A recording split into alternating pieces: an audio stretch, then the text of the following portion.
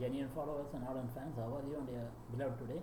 It's activist complete chat. Professor A. Suresh back with absolute delight for my 79th video in pipeline for publication on YouTube today, 14th of September 2020. Topic for discussion today is motivated individuals are an indispensable asset to organizations. Motivation is the experience of desire or aversion. As such, motivation has both an external or objective aspect and an internal or subjective aspect. At minimum, motivation requires the biological substrate for physical sensations of pleasure and pain. Animals can thus want or disdain specific objects based on sense perception and experience. Motivation goes on to include the capacity to form concepts and to reason, which allows humans to be able to surpass this minimum state with a much greater possible range of desires and aversions. This much greater range is supported by the ability to choose one's own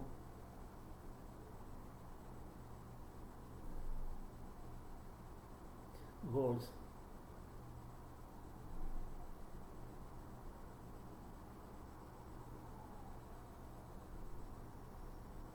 and values combined with the time horizons for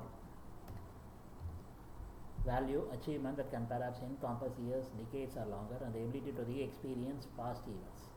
Some models treat as important the distinction between extrinsic and intrinsic motivation, and motivation is an important topic in work, organizational psychology, administrative organization, management, as well as education. The definition of motivation as experienced desires and aversions highlights the association of motivation with emotion. It is believed that emotions are automatic appraisals based on subconsciously stored values and beliefs about the object. To the extent that distinct emotions relate to specific subconscious appraisals. Anger, guilt, sadness, pride, love, joy, envy, admiration, etc. Motivation theory involves specifying content theory, values that people find motivating, along with the mechanisms by which they might attain these values.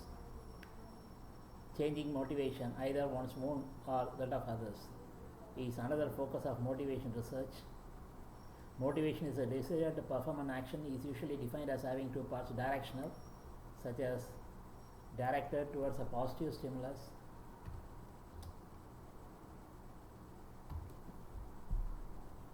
as well as the activated seeking phase and consummatory liking phase. This type of motivation has neurobiological roots in the basal ganglia and mesolimbic pathways. Activated seeking behavior such as locomotor activity is influenced by dopaminergic drugs, and microdialysis experiments reveal that dopamine is released during the anticipation of a reward.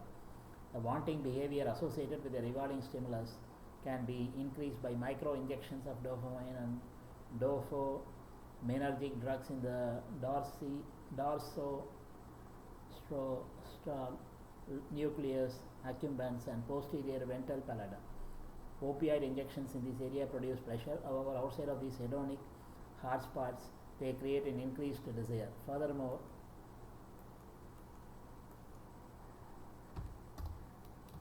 depletion or inhibition of dopamine in neurons of the nucleus accumbens decreases appetitive but not consummatory behavior. Dopamine is further implicated in motivation as administration of amphetamine increased the break point in a progressive ratio self-reinforcement schedule.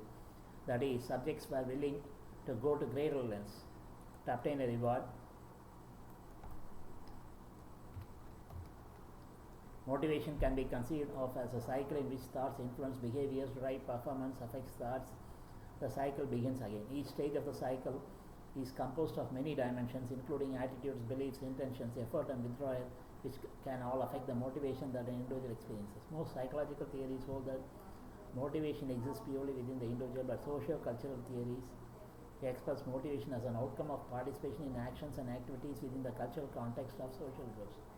Theories articulating the content of motivation, what kinds of things people find motivating, are among the earliest theories in the history of motivation research, because content theories focus on which categories of goal needs motivates people. Content theories are related to need theories.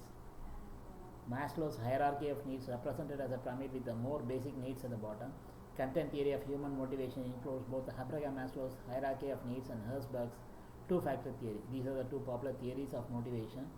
On motivation, Maslow's theory is one of the most widely discussed theories of motivation. Abraham Maslow believed that man is inherently good and argued that individuals possess a constantly growing inner drive that has great potential.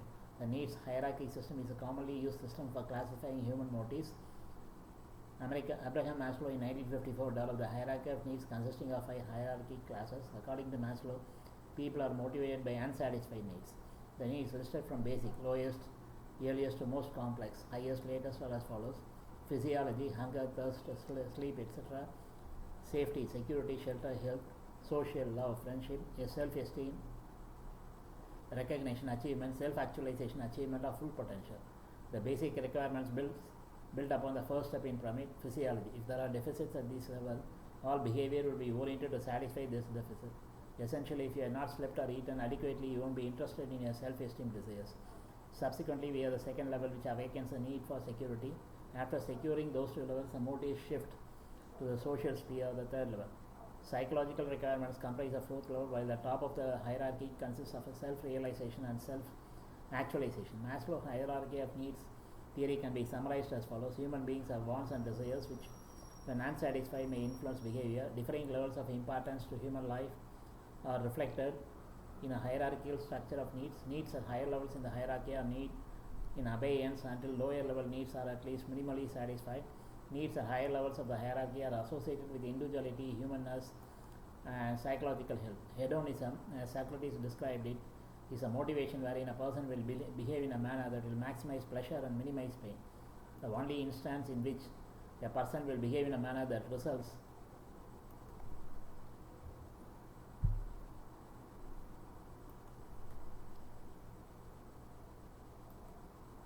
in more pain than pleasure is when the knowledge of the effects of the behavior is lacking. Sex is one of the pressures people pursue. Sex is on the first level of Maslow's hierarchy of needs. It is a necessary physiological need like air, warmth, or sleep. And if the body lacks, it will not function optimally. Without the orgasm that comes with sex, a person will experience pain, and as hedonism would predict, a person will minimize this pain by pursuing sex. That being said, sex is a basic need, is different from the need for sexual intimacy, which is located on the third level in Maslow's hierarchy. There are multiple theories for why sex is a strong motivation, and many fall under the theory of evolution. On an evolutionary role, the motivation for sex likely has to do with the species' ability to reproduce. Species that reproduce more survive and pass on the genes. Therefore, species have sexual desire that leads to sexual intercourse as a means to create more offspring. Without this innate motivation, the species may determine that attaining intercourse is too costly in terms of effort, energy, and danger. In addition to sexual desire, the motivation for romantic love runs parallel in having an evolutionary function for the survival of a species. On an emotional level, romantic love satiates a psychological need for belonging. Therefore, this is another hedonistic pursuit of pleasure. From the evolutionary perspective, romantic love creates bonds with the parents of offspring. This bond will make it so that the parents will stay together and take care and protect the offspring until it is independent. By rearing the child together, it increases the chances that the offspring will survive and pass on its genes itself, therefore continuing the survival of the species. Without the romantic love bond, the male will pursue satiation of his sexual desire with as many mates as possible, leaving behind the female to rear the offspring by herself. Child rearing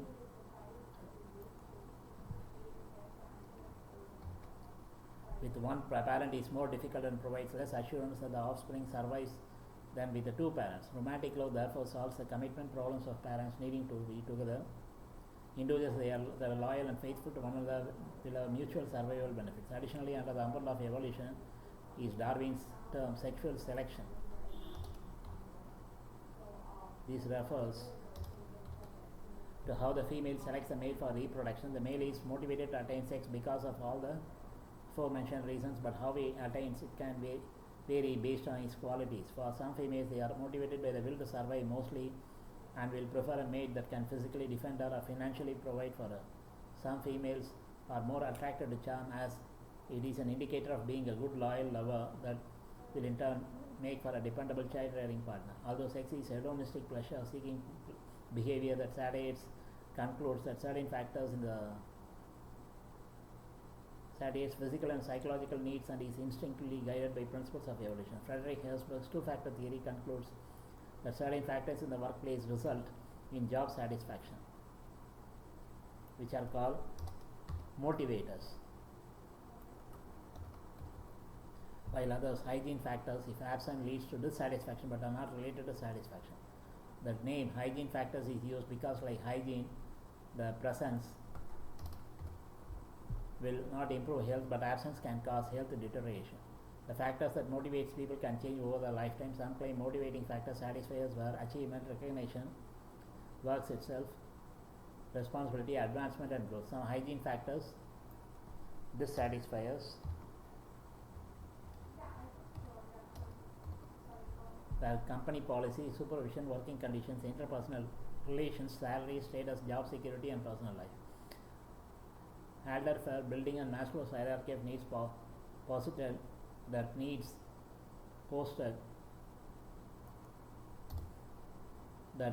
identified by Maslow exist in three groups of core needs: existence, relatedness, and growth. Hence, a label ERG theory. The existence group is concerned with providing our basic material existence requirements. They include the items that Maslow considered to be physiological and safety needs. The second group of needs are those of relatedness, the desire we have for maintaining important personal relationships. These social and status desires require interaction with others if they have to be satisfied, and they align with Maslow's social need and the external component of Maslow's esteem classification. Finally, Helzberg isolates growth needs as an intrinsic desire for personal development. All these needs should be fulfilled to greater wholeness as a human being. Since the early 1970s, Deci and Ryan have developed and tested the self-determination theory, SDT. SDT identifies three innate needs that, if satisfied, allow optimal function and growth: competence, relatedness, and autonomy. These three psychological needs are suggested to be essential for psychological health and well-being and to motivate behavior. There are three essential elements to the theory. Humans are inherently proactive with their potential and mastering the inner forces. Humans have an inherent tendency towards growth, development, and integrated function. Optimal developmental actions are inherent in humans, but they do not happen automatically. Within SPD, Deci and Ryan distinguish between four different types of extrinsic motivation, differing in the levels of perceived autonomy.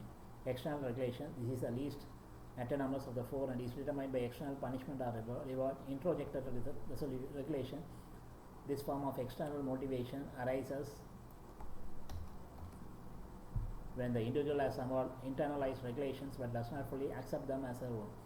They may comply for self-esteem reasons or social acceptability, essentially internal reasons but externally driven.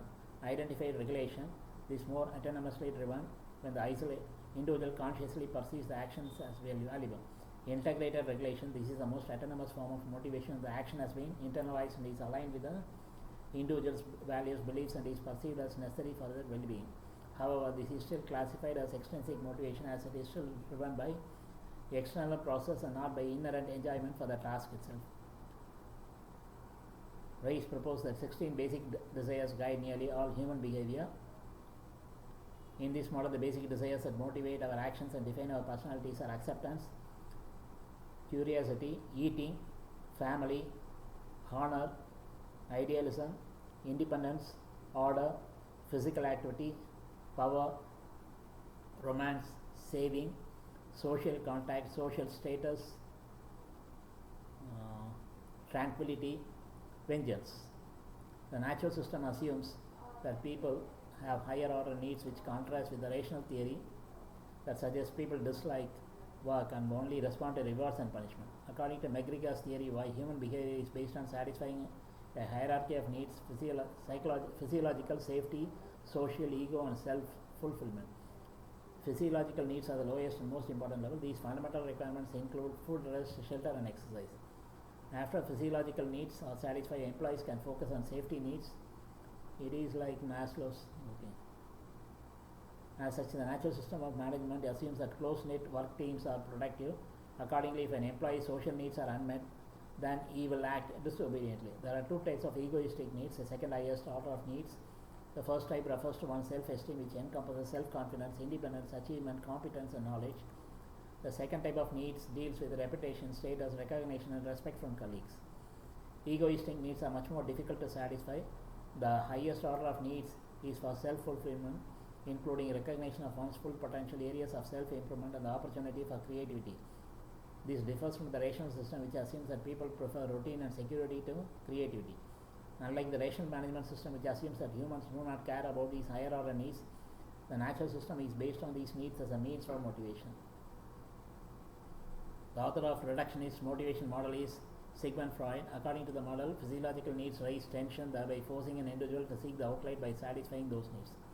Humans are motivated by additional factors besides wage incentives. Unlike the rational theory of motivation, people are not driven toward economic interests per the natural system, as opposed to the rational system that depends on economic rewards and punishments.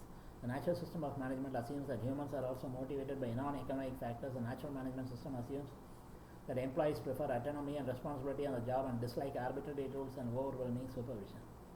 As individuals' motivation to complete a task is increased when this task is autonomous. When this motivation is complete, a task comes from external pressure. That pressure then undermines a person's motivation, and as a result decreases a person's desire to complete the task. The idea that human beings are rational and human being is guided by a reason is an old one. Motivation can be divided into two different theories known as intrinsic, inherent or internal motivation, and extrinsic, external motivation. Intrinsic motivation is a behavior that is driven by satisfying the internal rewards. For example, an athlete may enjoy playing football for the experience rather than the reward. It's an interest or enjoyment in the task itself. Daisy explained that some activities provide their own inherent reward, meaning certain activities are not dependent on external rewards. The phenomenon of intrinsic motivation was first acknowledged within experimental studies of animal behavior.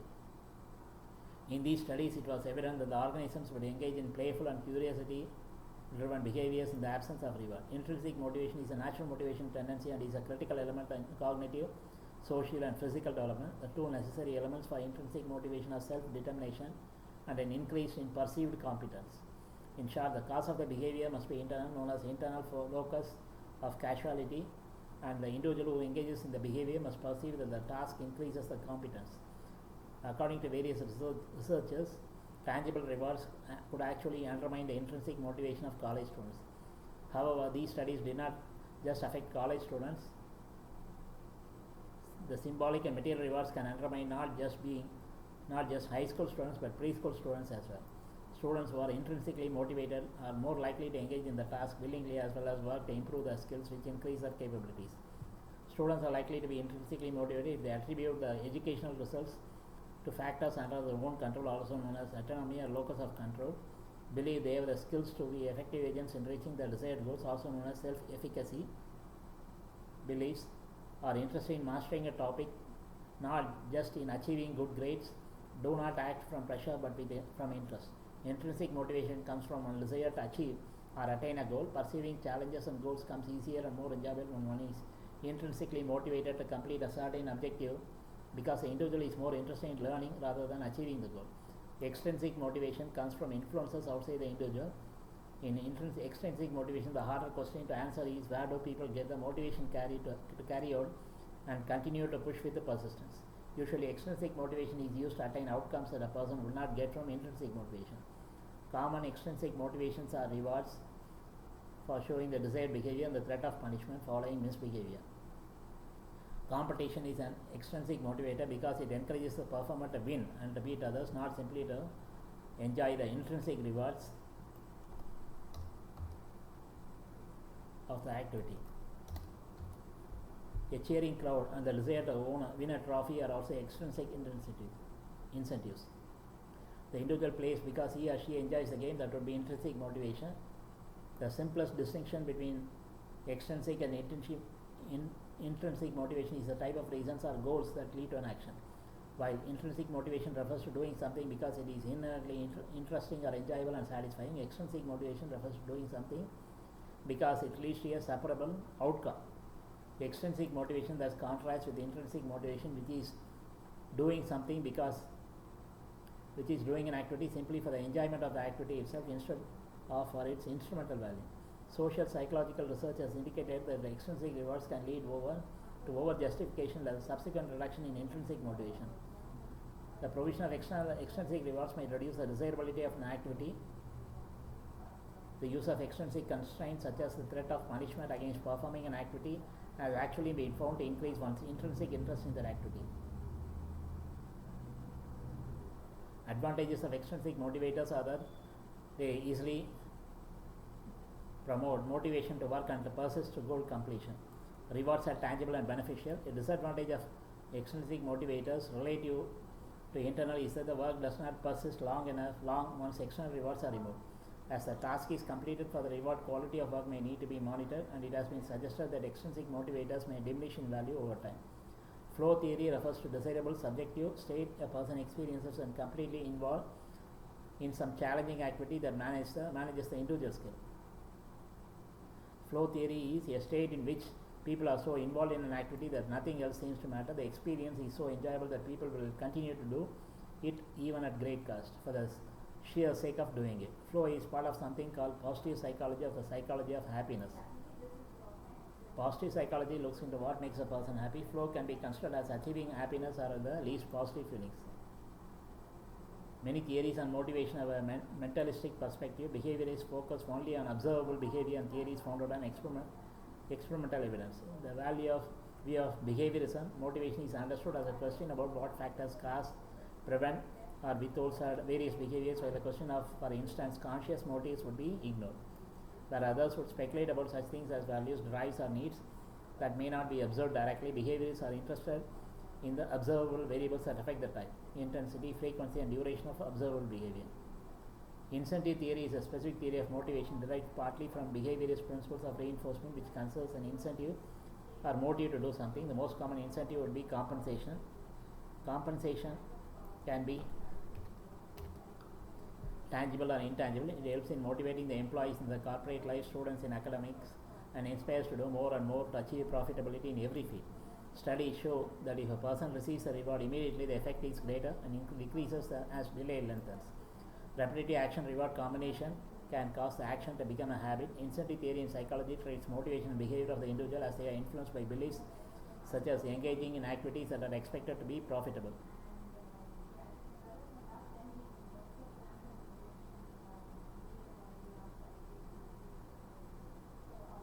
Incentive theory distinguishes itself from other motivation theories such as drive theory in the direction of motivation. In incentive theory, stimuli attract a person towards them and push them towards a stimulus. In terms of behaviorism, incentive theory involves positive reinforcement. The reinforcing stimulus has been conditioned to make the person happier, as opposed to drive theory, which involves negative reinforcement. A stimulus has been associated with the removal of the punishment, the lack of homeostasis in the body. Motivating operations, MO, are the factors that affect learned behavior in a certain context. MOs have two effects: a value altering effect which increases or decreases the efficiency of a reinforcement, and a behavior altering effect which modifies learned behavior that has previously been punished or reinforced by a particular stimulus. When a motivating operation causes an increase in the effectiveness of a reinforcer or amplifies a learned behavior in some way, it functions as an establishing operation, EVO.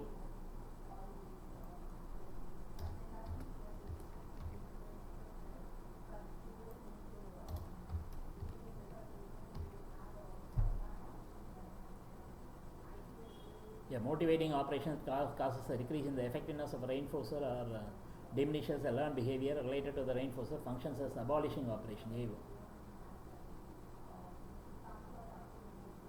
Motivation lies at the core of many behaviorist approaches to psychological treatment. A person with autism spectrum disorder is seen as lacking motivation to perform socially relevant behavior, social stimuli, and not as reinforcing for people with autism compared to other people. Depression is understood as a lack of reinforcement, leading to extinction of behavior in the depressed individual. A patient with a specific phobia is not motivated to seek out the phobic stimulus because it acts as a punisher and is over-motivated to avoid it. Negative reinforcement.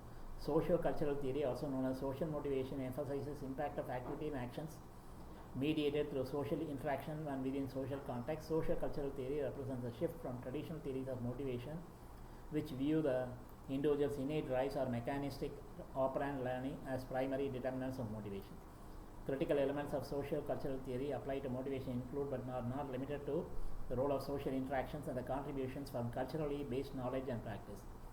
Socio-cultural theory extends the social aspects of cognitive evaluation theory, which espouses the important role of positive feedback from others during action, but requires the individual as an internal locus of causality. Socio-cultural theory predicts that motivation as an external locus of causality and is socially distributed among the social group. Motivation can develop through an individual's involvement within the cultural groups. Personal motivation often comes from activities a person believes to be central to the everyday occurrences in the community. Social motivation is tied to one's activity in a group. It cannot form from a single mind alone. Push motivations are those where people push themselves towards a goal or to achieve something, such as desire for escape, rest and relaxation, prestige, health and fitness, etc. However, the push motivation is also easy to get discouraged when there are obstacles present in the path of achievement. Push motivation acts as willpower, and people's willpower is only as strong as the desire behind the willpower. Pull motivation is the opposite of push. It's a type of motivation that is much stronger. Some of the factors are those that emerge as a result of the attractiveness of the destination, as it is perceived by those with a propensity to travel. They include both tangible resources such as beaches, recreation facilities, etc. Pull motivation can be seen as a desire to achieve a goal so badly that it seems that the goal is pulling us toward it. That is why pull motivation is stronger than push motivation. It is easier to be drawn to something rather than to push yourself for something you desire. It can also be an attractive alternative motivation. It is easier to be drawn to something rather than to push yourself for something you desire. It can also be an alternative force when combined to negative force. A drive or desire can be described as a deficiency or need that activates behavior that is aimed at a goal or an incentive. These drives are thought to originate within the individual and may not require external stimuli to encourage the behavior. Basic drives could be sparked by deficiencies such as hunger, which motivates a person to seek food, whereas more subtle drives might be the desire for praise and approval, which motivates a person to behave in a manner pleasing to others. Another basic drive is a sexual drive, which, like food, motivates us because it is essential for our survival. The desire for sex is wired deep into the brain of all human beings, as glands secrete hormones that travel through the blood to the brain and stimulates the onset of sexual desire. The hormone involved in the initial onset of sexual desire is called dehydroepiandrosterone, DHEA. The hormonal basis of both men and women's sex drive is testosterone. Men naturally have more testosterone than women do, and so are more likely than women to think about sex. Theory grows out of the concept that people have certain biological drives such as hunger and thirst. As time passes, the strength of the drive increases if it is not satisfied. Upon satisfying a drive, the drive strength is reduced, suggested by Festinger. Cognitive dissonance occurs when an individual experiences some degree of discomfort resulting from an inconsistency between two cognitions, the views on the world around them and their own personal feelings and action. The difference between the feelings and beliefs causes dissonance, so they seek to reassure themselves. While not a theory of motivation per se, the theory of cognitive dissonance proposes that people have a motivational drive to reduce dissonance. The cognitive miser perspective makes people want to justify things in a simple way in order to reduce the effort they have put into cognition. They do this by changing their attitudes, beliefs, or actions rather than facing the inconsistencies. Because dissonance is a mental strain, dissonance is also reduced by justifying, blaming, and denying. It is one of the most influential and extensively studied theories in social psychology.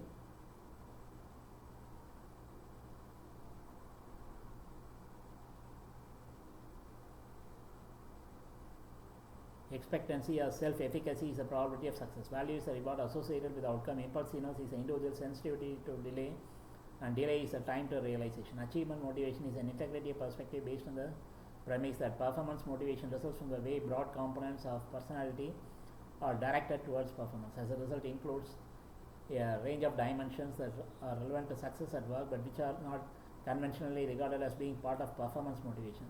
The emphasis on performance seeks to integrate formally separate approaches as needed for achievement with. Personality is intimately tied to performance and achievement motivation, including such characteristics as tolerance for risk, fear of failure, etc. Achievement motivation can be measured by the achievement motivation inventory, which is based on this theory and assesses three factors relevant to vocational and professional success. This motivation has repeatedly been linked with adaptive motivation patterns, including working hard, a willingness to pick learning tasks with much difficulty and attributing success to effort. Cognitive theories define motivation in terms of how people think about situations. Cognitive theories of motivation include goal setting theory and expectancy theory. Goal setting theory is based on the idea that individuals have a drive to reach a certain clearly defined end state. Often this end state is a reward in itself. A goal's efficiency is affected by three features: proximity, difficulty, and specificity. One common goal setting methodology incorporates a SMART criteria, in which goals are specific, measurable, attainable or achievable, relevant, and time-bound. Expectancy theory explains the behavior process in which an individual selects a behavior option over another and why this decision is made in relation to the goal. Attribution theory describes individuals' motivation to formulate explanatory attributions for events they experience and how these beliefs affect their emotions and motivations. Attributions are predicted to alter behavior. For instance, attributing failure on a test for lack of study might generate emotions of shame and motivate harder study. Approach motivation, that is incentive salience, can be defined as when a certain behavior or reaction to a situation is rewarded or results in a positive or desirable outcome. In contrast, avoidance motivation, aversive salience, can be defined as when a certain behavior or reaction to a situation is punished or results in a negative and undesirable outcome. In terms of motivation, Freud argues that unconscious instinctual impulses can still have a great influence on behavior even though the person is not aware of the source. When these instincts serve as a motive, the person is only aware of the goal of the motive and not the actual source. He divides these instincts into sexual instincts, death instincts, and ego self-preservation instincts. Sexual instincts are those that motivate humans to stay alive and ensure the continuation of the mankind. On the other hand, Freud also maintains that humans have an inherent drive for self-destruction or the death instinct. Similar to the devil and angel that everyone has on the the sexual instinct and death instinct are constantly battling each other to both be satisfied. The death instinct can be closely related to Freud's other concept, the ID, which is our need to experience pleasure immediately regardless of the consequences. The last type of instinct that contributes to motivation is the ego, self-preservation instinct. This instinct is geared towards assuring that a person feels validated in whatever behavior or thought they are. The mental sensor or door between the unconscious and preconscious helps satisfy the instinct. Quite similarly to his psychic theory that deals with the ID, ego and superego, Freud's theory of instincts highlights that interdependence of these three instincts. All three instincts serve as checks and balances system to control what instincts are acted on and what behaviors are used to satisfy as many of them at once. Mental fatigue is being tired, exhausted, or not functioning effectively. Learned industriousness theory is a theory about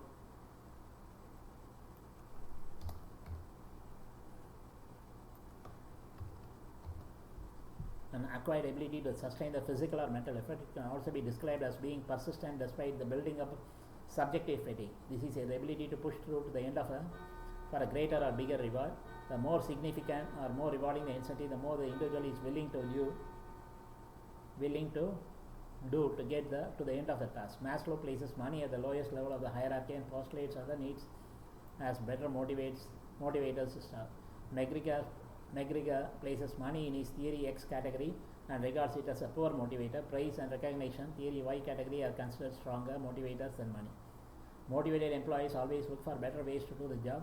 Motivated employees are more quality oriented. Motivated workers are more productive. The job characteristic model, as designed by Hackman and Holden, attempts to use a job design to improve employee motivation. They suggest that any job can be described in terms of 5 key job characteristics: skill variety, task identity, task significance, autonomy, task feedback. The JCM job characteristic model links the core job dimensions listed above to critical psychological states which results in desired personal and work outcomes. This forms the basis of the employee growth need strength. The core dimensions listed above can be combined into a single productive index called the motivating personal score, shortly MPS. Motivation in education can have several effects on how students learn and how they behave towards subject matter.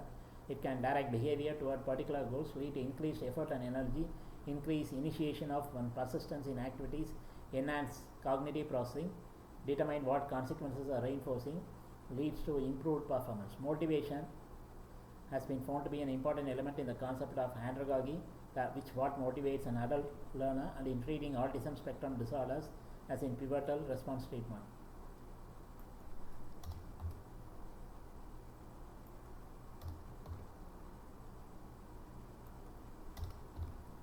Motivation has also been found critical in adolescents' compliance to health suggestions, since commitment requires belief in potentially negative and serious consequences of not acting. 100 ways to motivate others. Know where motivation comes from. Teach self-discipline. Tune in before you turn on. Be the cause, not the effect. Stop criticizing upper management. Do the one thing. Keep giving feedback. Get input from your people. Accelerate change. Know your owners and victims. Lead from the front. Preach the role of thought. Tell the truth quickly. Don't confuse stressing out with caring. Manage your own superiors. Put your hose away. Get the picture. Manage agreements, not people. Focus on the result, not the excuse. Push the outcome. Create a game. Know your purpose. See what's possible. Enjoy the art of confrontation. Feed your healthy ego. Hire the motivated. Stop talking. Refuse to buy the limitation. Play both good cop and bad cop. Don't go crazy. Stop cuddling up. Do the worst first. Learn to experiment. Communicate consciously. Score the performance. Manage the fundamentals first. Motivate by doing. Know your people's strengths. Debate yourself. Lead with language. Use positive reinforcement. Teach your people no power. Keep your people thinking friendly customer thoughts. Use your best time for the biggest challenge. Use 10 minutes well. Know what you want to grow. Soften your heart. Coach your people to complete. Do the math on your approach. Count yourself to motivate other people. First, just relax. Do not throw the quit switch. Lead with enthusiasm. Encourage your people to concentrate. Inspire inner stability. Give up being right. Wake yourself up. Always show them. Focus like a camera. Think of management as easy. Cultivate the power of reassurance. Face of disagreement. Keep learning. Learn what leadership is not. Hear your people out. Play it lightly. Keep all the smallest promises. Give power to the other person. Do not forget to breathe. Know you have got the time. You use the power of deadlines. Translate worry into concern. Let your mind rule your heart. Build a culture of acknowledgement. Seize responsibility. Get some coaching yourself. Make it happen today. Learn the inner thing. Forget about failure. Follow consulting with action. Create a vision. Stop looking over your shoulder. Lead by selling. Hold on to principle. Create your relationships. Don't be afraid to make requests. Do not change yourself. Pump up your emails. Stop pushing. Become conscious. Come from the future. Teach them to teach themselves. Stop apologizing for change. Let people find it. Be a ruthless optimist. Pay attention. Create a routine. Deliver the reward. Slow down. Decide to be.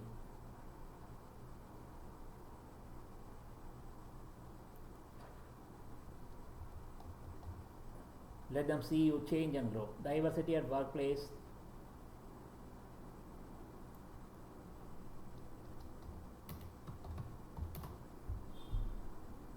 As provided managers with substantial magnitude of problems, the big difference between employees in every organization means that there is no best way to deal with such a problem. What motivates some employees to perform very well may be discouraging to other employees. Therefore, it poses a big challenge to present day managers.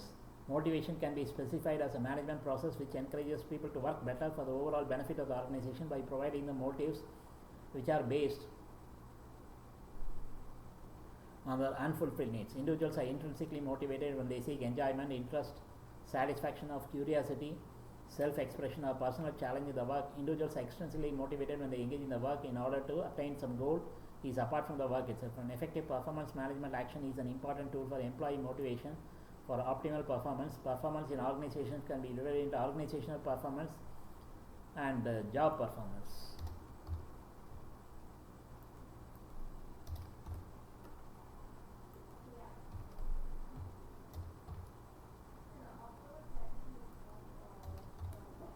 The performance of organization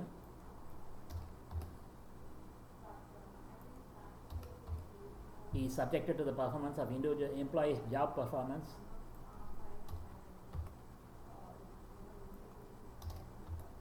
and other components such as environment, of the organization. High job performance is the ability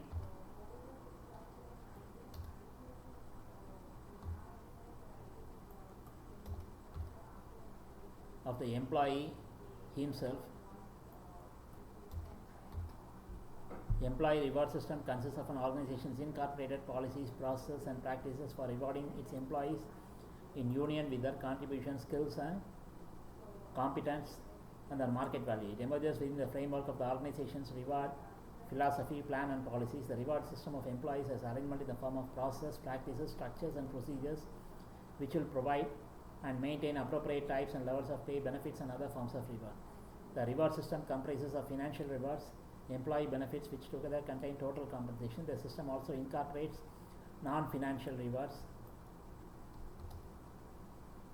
and in many cases performance management process. Organization's reward system is the way by which it encourages and discourages certain characteristics of the employees. The most crucial machinery of the reward system includes salaries, bonuses, and privileges. The reward system as a means of support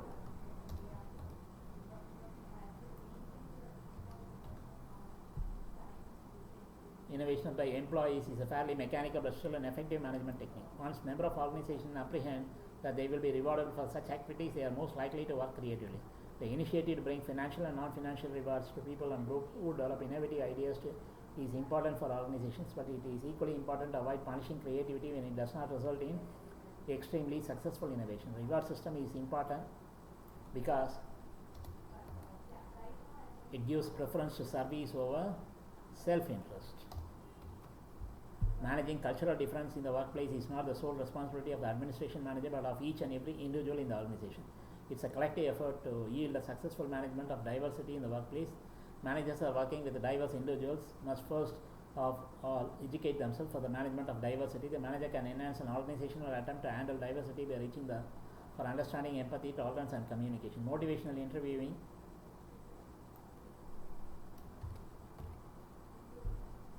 is an approach for helping people change. From its original use with problem drinkers, MI is now being implemented in a broad array of other applications including health promotion, social work, psychotherapy, coaching, medicine, dentistry, and education. Finding ways to increase motivation is crucial because it allows us to change behavior, develop competencies, be creative, set goals, grow interests, make plans, develop talents, and boost engagement. Applying motivational science to everyday life helps us to motivate employees, coach athletes, raise children, counsel clients, and engage students. Motivation as a psychological state is linked to our physiology. When our motivation is depleted, our functioning and well-being suffer. High quality motivation allows us to thrive, while the deficit causes us to flounder. Societal benefits of increased motivation are visible in greater student engagement, better job satisfaction of employees, flourishing relationships and institutions. The motivational code: everybody knows you can't be all the things to all the people. You can't do all things at once. You can't do all things equally well. You can't do all things better than anyone else. Your humanity is showing just one, like everyone else. So you have to find out who you are and be that. You have to decide what comes first and do that. You have to discover your strengths and use them. You have to learn not to compete with others because no one else is in the contest of being you. Then you will have learned to accept your own uniqueness. You would have learned not to set priorities and make decisions. You will have learned to live with your limitations. You will have learned to give yourself the respect that is due, and you will be the most vital martyr. Dare to believe that you are a wonderful, unique person, that you are a once-in-all history even, that it's more than a right, it's your duty to be who you are, that life is not a problem to solve but a gift to cherish, and you'll be able to stay one up on what used to get you down. If you have to motivate others, you need to have self-motivation. Motivation is good for everybody since it keeps the self-esteem high, which yields superior performance and holistic well-being. So be optimistic, and if you are bound to achieve your aspiration and a successful person in life. Debates, discussion on open-ended topics like this can go on forever. Anyhow, let me pull the plug here. Anyhow, we'll meet again real soon with another interesting topic. Some of the statements used express are solely mine based on limited knowledge gained over 6 decades of versatile experience. Always watch these videos with closed caption for absolute 100% comprehension as per my sincere recommendation. Zillion times so far. I know I rushed through to complete the presentation within 20 minutes max. This is a time limit I have set myself to retain the viewer's attention as a now. I know nowadays I exceed the time limit since I make honest attempts to cover the selected topic more elaborately, including so many intricate fine details referring a wide variety of sources. in particular Wikipedia quite extensively, besides articles and books published recently. Besides, of course, I sprinkle my own salt and pepper and season it with my personal experiences so far in my life and also intuitions. Stay at home as much as possible to maintain social distancing attributed to pandemic novel COVID-19 and prolong your lifespan. Lead a healthy life. God alone can put a stop to natural and unnatural events, maybe biowar and cyber war events like pandemics, which may lead to apocalypse and extinction of all sentient species on earth for no fault of theirs. Rest in peace and harmony.